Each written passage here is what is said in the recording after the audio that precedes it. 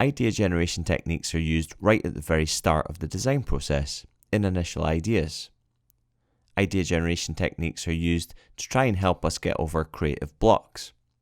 We're always trying to design products which are fun, creative, and interesting to look at. And idea generation techniques can often help us out, especially if we have a bit of creative block. In terms of the idea generation techniques that you need to be familiar with, it's split down the middle. On the right hand side are the 2 idea generation techniques you need to be familiar with for National 5, and for higher, you need to be familiar with all of these idea generation techniques. So let's start in the top right with brainstorming. It's likely that you've done this idea generation technique before. The idea is that a group of people usually jot down a lot of their initial thoughts, the first things that jump into our heads, and get these down on paper. There are no wrong answers or inputs. Indeed, everyone's opinion is taken on board. The idea is that kind of more the random the better. If we can think of a lot of random thoughts and ideas and get them down on paper, it might just help us create a really interesting, off-the-wall, creative solution, which is exactly what we're looking for. On the bottom right, morphological analysis, a fancy title, but it's really quite straightforward to get your head around.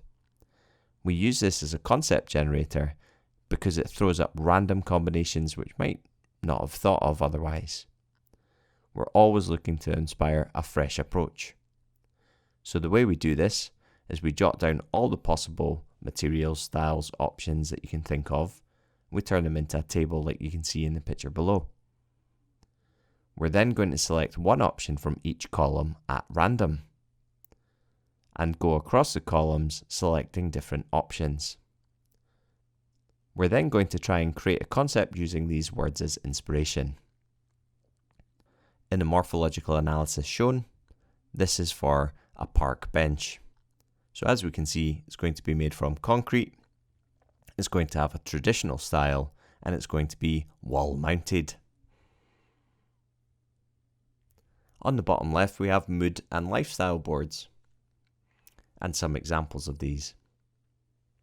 Mood boards are created to get a feel for the environment or situation the product is being designed for. So if it's a summery, fun product, then it's going to have that kind of mood to the board, or the feel to the board. This helps the designer get into this zone in order to design a product which suits this feel and mood. Now, the designer is unlikely to be sitting on the beach or in a hammock designing these summery products. Instead, it might be a rainy winter's day in Edinburgh as they're designing these products. So it's often quite a good idea to try and get in that summery, summer holidays kind of headspace in order to try and develop a product which really suits that environment.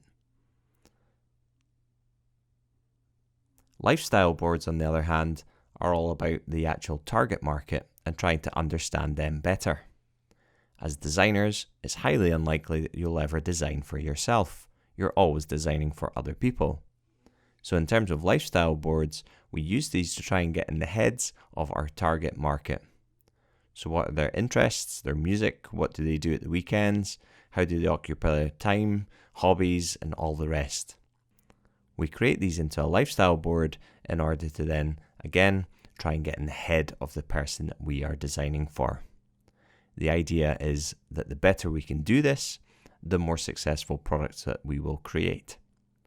If you've ever seen the Tom Hanks movie Big, that's pretty much the plot.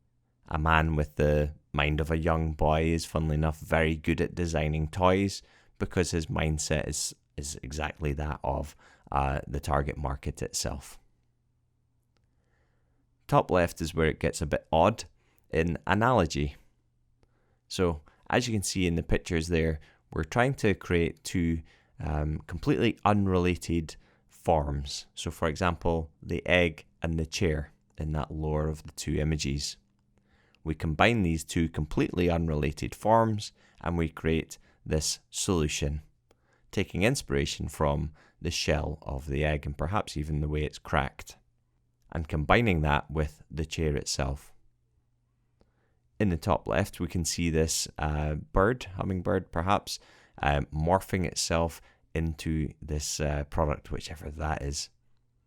So again, we're going to be trying to take inspiration from a source completely unrelated to the thing that we are developing. It can be extremely random, off the wall, and it has no relation to, for example, the chair, but we can use this to try and create some interesting forms. In doing so, we create interesting forms combining these two very different sources. So that's idea generation techniques. Again, we use these to try and inspire us to create really creative, interesting products which we've never seen before. You're expected to be able to name the techniques as well as discuss how these would be used, and indeed why they would be used to create interesting, fun, creative products. Hope you found that useful. See you next time.